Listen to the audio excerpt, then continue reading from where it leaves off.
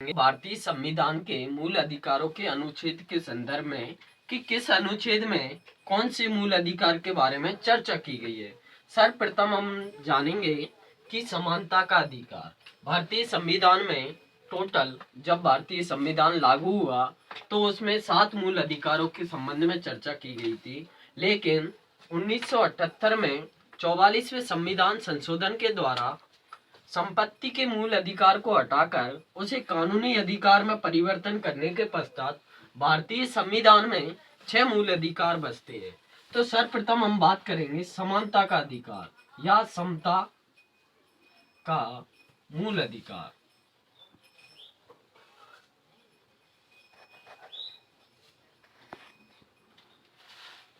समता का मूल अधिकार जिसका वर्णन अनुच्छेद 14 से लेकर 18 तक किया गया है। तो सर्वप्रथम हम बात करते हैं अनुच्छेद 12 के बारे में। अनुच्छेद 12 में राज्य की परिभाषा को बताया गया है।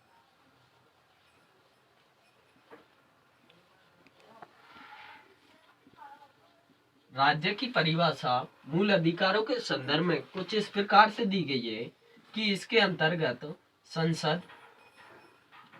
संसद के अंतर्गत आने वाले दोनों सदन, राज्यसभा और लोकसभा।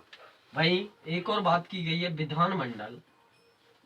विधानमंडल के अंतर्गत भी आने वाले दोनों सदन, विधानसभा और विधान परिषद और स्थानीय निकाय अर्थात कि पंचायती राज और शहरी निकायों के बारे में इस संदर्भ में बात की गई है। वहीं सुप्रीम कोर्ट ने घोषणा की है कि जो निजी संस्थाएं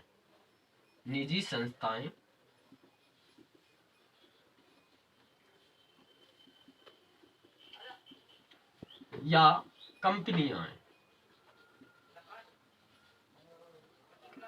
जो राज्य या सरकार द्वारा अनुदान प्राप्त करती है, उन्हें भी राज्य की श्रेणी में माना जाएगा। अर्थात कि इस प्रकार से जैसे कि हम देखें, कोई ट्रस्ट होता है वो निजी व्यक्ति द्वारा चलाया जाता है, लेकिन सरकार के द्वारा उसे जो अनुदान दिया जाता है तो उसे हम अर्ध सरकारी कहते हैं। अर्थात कि वो भी एक राज्य की श्रेणी में आएगा। यदि मूल अधिकारों से संबंधित अगर कोई ट्रस्ट उसका उल्लंघन करता है तो उस ट्रस्ट पर राज्य के संदर्भ में उस पर कार्रवाई की जा सकती है। उसी प्रकार से हम बात करें अनुच्छेद 13 के बारे में। अनुच्छेद 13 कहता है कि मूल अधिकारों को यदि कोई विधि या कानून उनका अल्पीकरण करती है या उनमें कटौती करती है तो ऐसी विधि या कानून के लिए शून्यप्राय माना जाएगा। अर्थात कि सुप्रीम कोर्ट और हाई कोर्ट को ये अधिकार प्राप्त है कि उनके लिए वो गैर संवैधानिक घोषित कर सकती है और उन्हें अमान्य घोषित कर सकती है ऐसे कानूनों को जो मूल अधिकारों का हनन या अल्पीकरण करते हैं। तो इसमें हम लिखेंगे अनुच्छेद 13 में ऐसी विधियां या कानून जो मूल अधिकारों का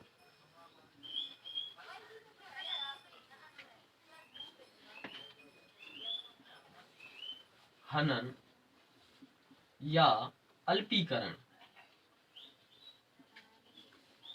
अल्पीकरण से तात्पर्य है कटौती करना। अल्पीकरण करती हैं उन्हें शून्यप्राय माना जाएगा।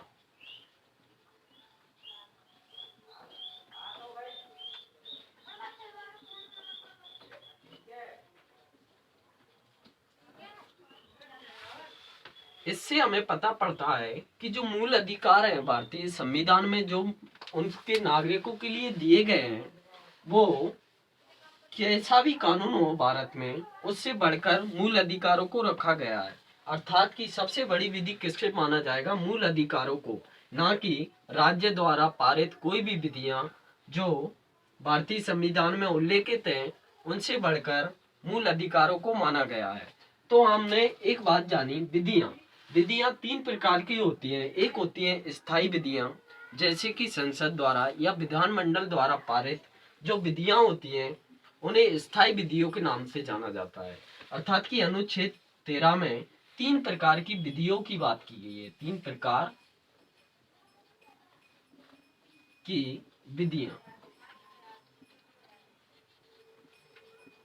कौन कौन सी विधियां? एक होती है स्थायी, जो संसद या विधान मंडल द्वारा पारित होती है। एक होती है अस्थायी, जो आपातकालीन समय में राष्ट्रपति या राज्यपाल द्वारा पारित की जाती है। ऐसी विधियों के लिए अस्थायी विधियां माना जाता है। एक और विधियां होती है रूढ़ि या परंपरागत, जो भारतीय संविधान में या भारत में पूर्व से जो चली आ रही हैं, जो ब्रिटिश काल में जो कानून या विधियां लागू हुई थी, जो अभी तक चली आ रही हैं, उन्हें परंपरागत या रूढ़ि विधियों के रूप में जाना जाता है। इन तीनों प्रकार की विधियां किसी भी प्रकार से अगर मूल अधिकारों का हनन करती हैं, तो उनके लिए शून्य प्राय माना जाएगा इन विधियों के लिए, क्योंकि मूल अधिकारों को भारतीय संविधान में सभी विधियों से ऊपर रखा गया है।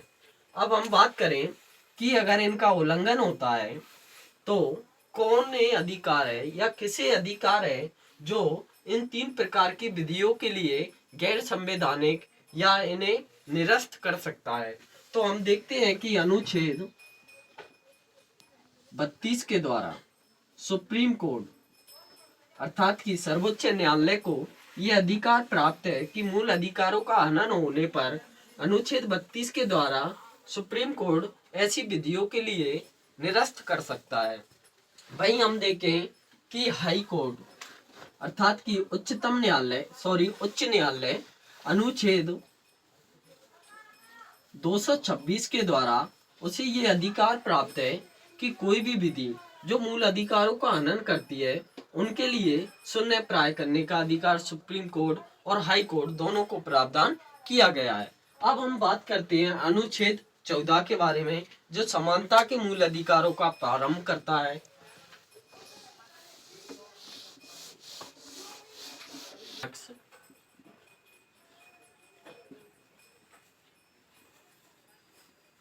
समक्ष समता अर्थात की समानता की बात की गई है।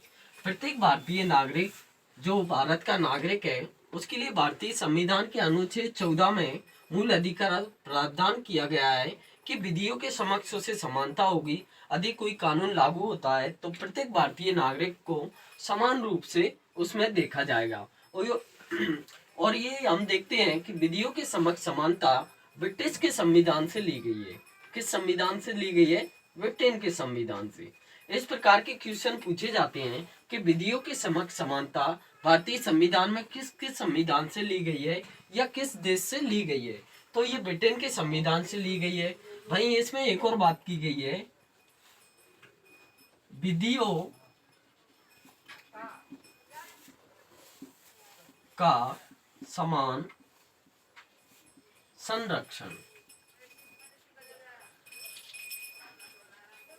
विधियों का समान संरक्षण, अगर इस प्रकार का क्वेश्चन पूछा जाता है कि विधियों का समान संरक्षण भारतीय संविधान में किस देश से लिया गया है, तो ये अमेरिका देश से लिया गया है। और क्वेश्चन आया कि विधियों के समक्ष समानता और विधियों का समान संरक्षण भारतीय संविधान के किस मूल अधिकार में वर्णित है? तो अनुच्छेद 14 में समानता के मूल अधिकार में। अब हम बात करते हैं अनुच्छेद 15 के बारे में। अनुच्छेद 15 कहता है राज्य केवल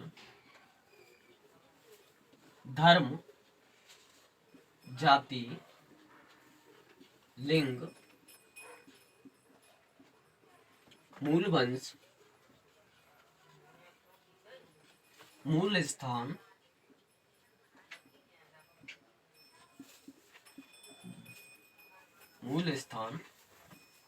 आदि के आधार पर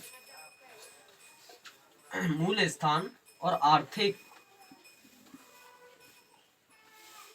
आधार पर भेदभाव नहीं करेगा।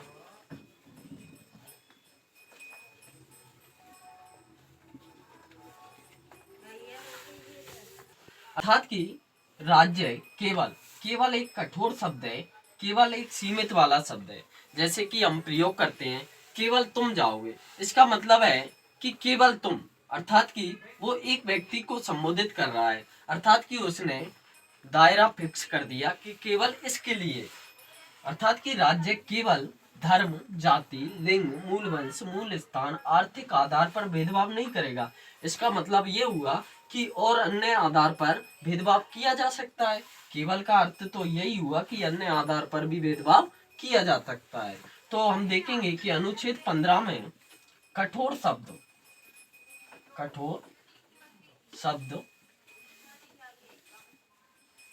जो अनुच्छेद 15 को सीमित कर देता है। कठोर शब्द केवल है, केवल जो अनुच्छेद 15 को सीमित कर देता है।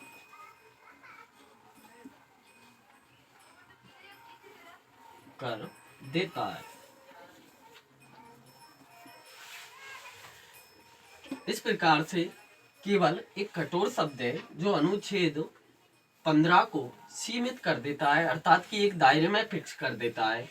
लेकिन हम अनुच्छेद 15 के अपवादों की बात करेंगे। हमने देखा है यूपीएससी और आरपीएससी प्रीलिम्स में इस प्रकार के क्वेश्चन अधिकांश पूछे जाते हैं। आजकल ये ट्रेंड हो गया है कि अनुच्छेदों के बारे में, उनके मूल अधिकारों के बारे में सभी जानते हैं, लेकिन अपवादों को छोड़ दिया करते हैं। जिससे क्या होता है, एग्जामिनर के लिए चांस बनता है वहां से क्वेश्चन पूछने का। और अधिकांश हम पेपरों में देखते आ रहे हैं कि अपवादों के लिए अधिकांश पूछा जा रहा है। तो अनुच्छेद 15 के अपवादों की बात करते हैं। हम अपवादों की बात करें अनुच्छेद 15 के संदर्भ में, तो धार्मिक आधार पर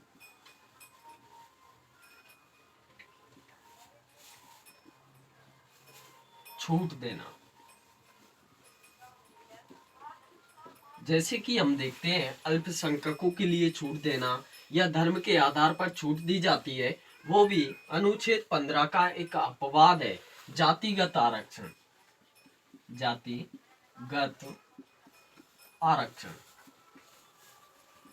अब कोई कहे कि ओबीसी, एसटी आदि के लिए अलग अलग आरक्षण फिक्स किए गए हैं, भारतीय संविधान में भी इनका उल्लेख किया गया है।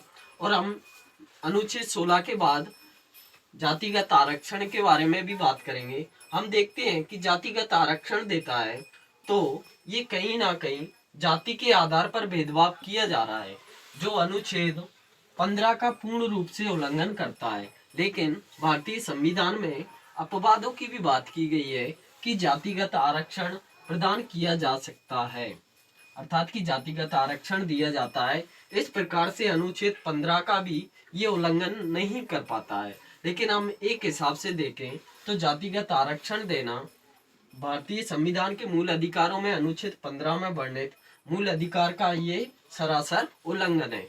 वहीं हम बात करें स्त्री आरक्षण, स्त्रियों के लिए जो सीटें, कोई भी वैकेंसी आदि निकलती है उसमें फिक्स कर दी जाती हैं या उन्हें अपॉर्चुनिटी अधिक प्रदान की जाती है किसी भी क्षेत्र में हो, तो ये कहीं ना कहीं अनुच्छेद 15 का लिंग के आधार पर उल्लंघन है। तो ये इसे भी अपवाद में रखा गया है कि स्त्रियों के लिए आरक्षण प्रदान किया जा सकता है।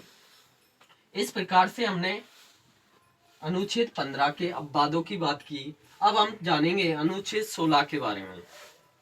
अनुच्छेद 16, अनुच्छेद 16 में प्रत्येक नागरिक को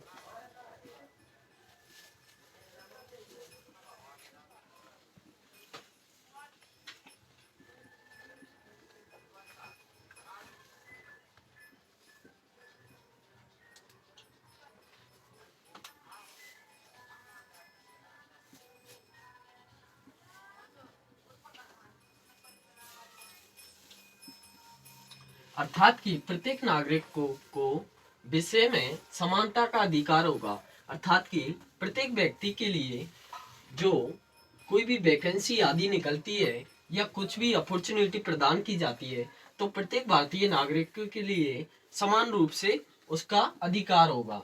लेकिन हम देखते हैं कि इसके अपवादों की बात करें, इसमें भी अपवाद हैं, जैसे कि जातिगत आरक्षण देना, स्त्री आरक्षण देना और भी धार्मिक आधार पर आरक्षण देना। ये कहीं ना कहीं अनुच्छेद 15 और अनुच्छेद 16 का अपवाद है और ये कहीं ना कहीं इसका उल्लंघन करते हैं। लेकिन इन्हें अपवादों में डालकर इनके अनुच्छेद 15 और 16 के उल्लंघन से बचा गया है। तो हम देखते हैं इसके अपवाद, स्त्री आरक्षण,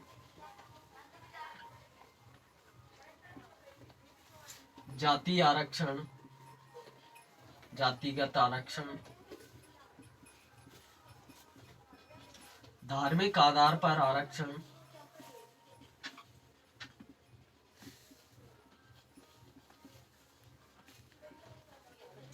आदि अनुच्छेद 15 और 16 का अपवाद है। अब हम बात करते हैं जातिगत आरक्षण, जो अनुच्छेद 15 और 16 दोनों का अपवाद है और ये कहीं ना कहीं इसका उल्लंघन भी करता है।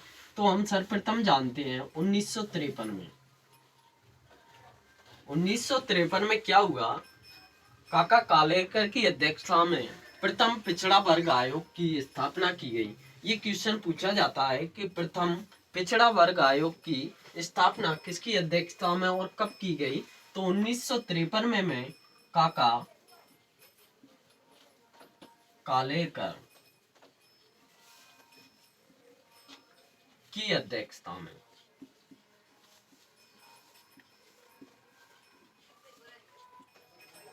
प्रथम पिछड़ा वर्ग आयोग गठित किया गया।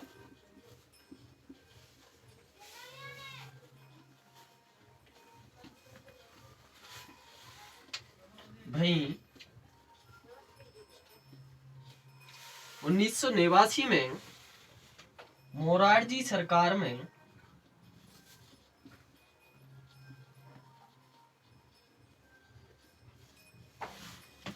बीपी मंडल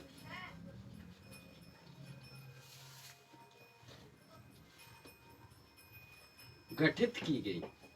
अर्थात कि एक समिति गठित की गई जिसका नाम बीपी मंडल रखा गया मोरारजी सरकार के समय में। बीपी मंडल ने अपनी रिपोर्ट 1980 में प्रोवाइड करवाई। कब प्रोवाइड करवाई? 1980 में, जिसमें इसने 3743 जातियों के आधार पर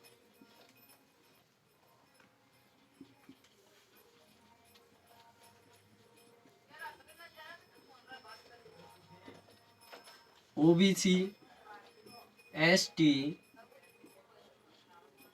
एससी में जातियों को वर्गीकृत किया।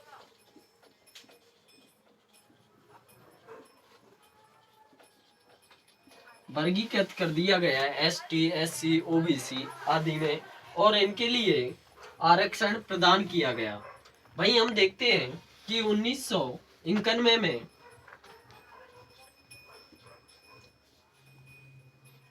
नरसिंह सरकार द्वारा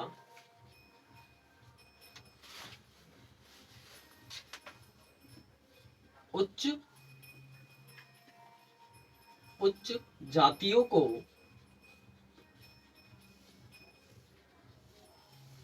10% आरक्षण दिया गया। 10% क्या दिया गया?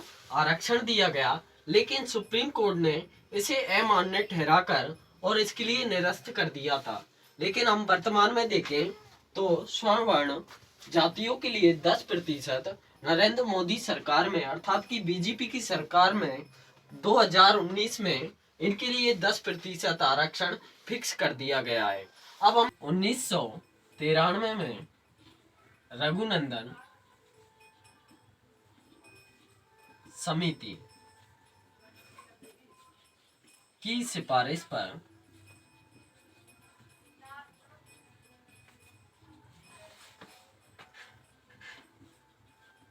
क्रीमी लेयर या मलाईदार परत क्रीमी लेयर सिस्टम लागू किया गया। क्रीमी लेयर सिस्टम के अकॉर्डिंग जो उच्च आय जिनकी मंथली आय 2 लाख से अधिक होती है, ऐसे परिवार के बच्चों के लिए शैक्षणिक लाभों में जो छूट दी जाती है, जैसे कि छात्रवृत्ति आदि में, वो नहीं मिल पाती है। उच्च आय वाले परिवार के विद्यार्थियों को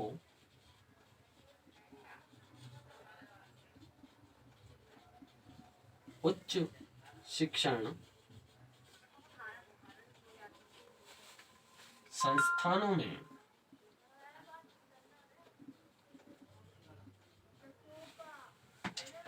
छूट व छात्रवृत्ति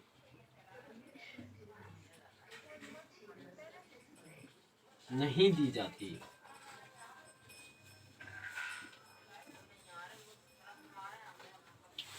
तो पूछा जा सकता है कि क्रीमी लेयर सिस्टम को कब लागू किया गया? 1993 में। किसकी समिति की सिफारिश पर? रघुनंदन समिति की सिफारिश पर। और इसके द्वारा क्या होता है, उच्च आय वाले परिवार के जो विद्यार्थी होते हैं उन्हें उच्च शिक्षण संस्थानों में छूट नहीं दी जाती है, अर्थात कि जो फीस वगैरह में छूट होती है वो नहीं मिल पाती है, ना तो उन्हें छात्रवृत्ति दी जाती है। अब हम बात करेंगे अनुच्छेद 17 के बारे में।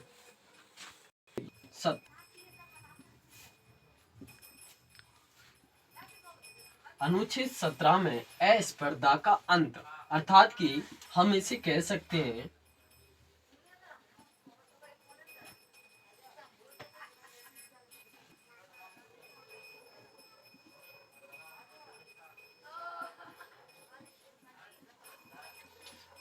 अस्पर्धा का अंत, अर्थात कि छुआछूत का अंत, अर्थात कि किसी भी व्यक्ति के द्वारा अस्पर्धा के आधार पर भेदभाव नहीं किया जाएगा।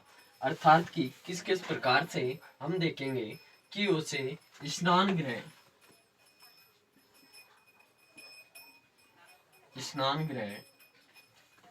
सार्वजनिक स्थान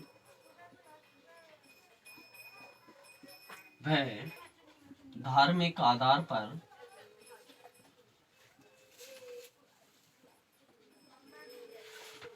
व जाति के आधार पर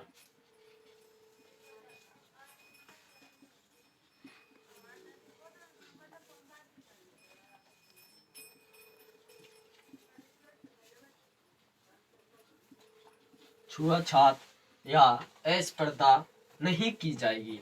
अर्थात कि ऐसा नहीं किया जाएगा कि तुम ब्राह्मण हो तो तुम मंदिर में जाओगे और तुम नीची जाति के हो तो तुम मंदिर में नहीं जाओगे।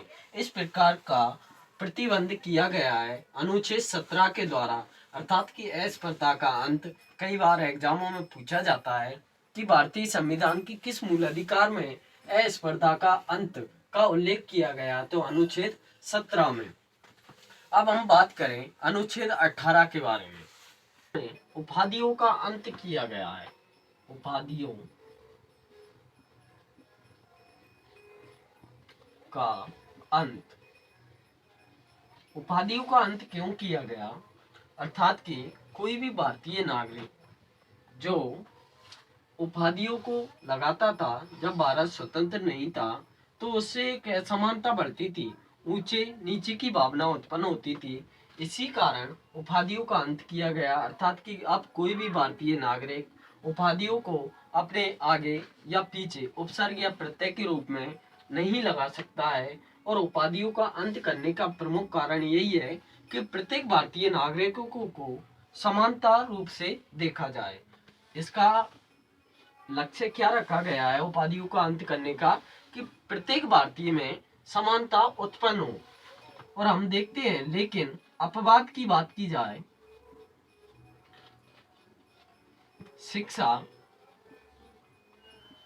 चिकित्सा,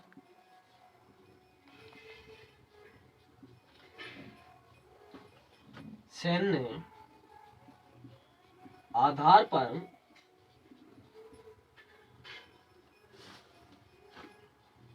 उपाधियां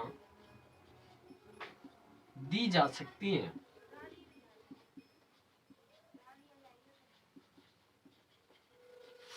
शिक्षा, चिकित्सा, सैन्य और साहित्य आदि के आधार पर उपाधियां दी जा सकती हैं। जैसे कि सैन्य की बात की जाए, कर्नल, जनरल आदि प्रकार की उपाधियां लगाई जा सकती हैं। वहीं चिकित्सा, एमडी, एमबीबीएस आदि प्रकार की, शिक्षा के क्षेत्र में अनेक प्रकार की उपाधियां लगाई जा सकती है। ये अनुच्छेद 18 का अपवाद है, लेकिन सुप्रीम कोर्ट ने ये अपना फैसला सुनाते हुए ये घोषणा की है कि कोई भी व्यक्ति, चाहे वो शिक्षा, चिकित्सा, सैन्य, किसी भी आधार पर उसे उपाधि प्रदान की गई हो, वो अपने नाम के पीछे उपसर्ग या प्रत्यय के रूप में नहीं लगा सकता है। लेकिन अब हम बात करें, अगर उपाधियों की बात आती है तो भारत में सर्वप्रथम हम बात करते हैं भारत के पुरस्कारों के बारे में। भारत की है, या हम कह सकते हैं कि पुरस्कारों की बात आती है तो भारत में सबसे उच्च वाला पुरस्कार जो प्रदान किया जाता है, पुरस्कार, भारत का सर्वोच्च पुरस्कार है भारत रत्न। भारत रत्न, इसके उपरांत आता है भारत विभूषण, इसके उपरांत भारत भूषण, और इसके उपरांत भारत, या हम कह सकते हैं पद्मश्री। भारत में 4 प्रकार के पुरस्कार दिए जाते हैं भारत सरकार द्वारा, भारत रत्न और भारत विभूषण और भारत भूषण और पद्मश्री। इनका हमें क्रम भी याद रखना है कि सबसे उच्च वाला कौन सा है, भारत रत्न, और उसके बाद भारत विभूषण, उसके बाद भारत भूषण और उसके बाद पद्मश्री।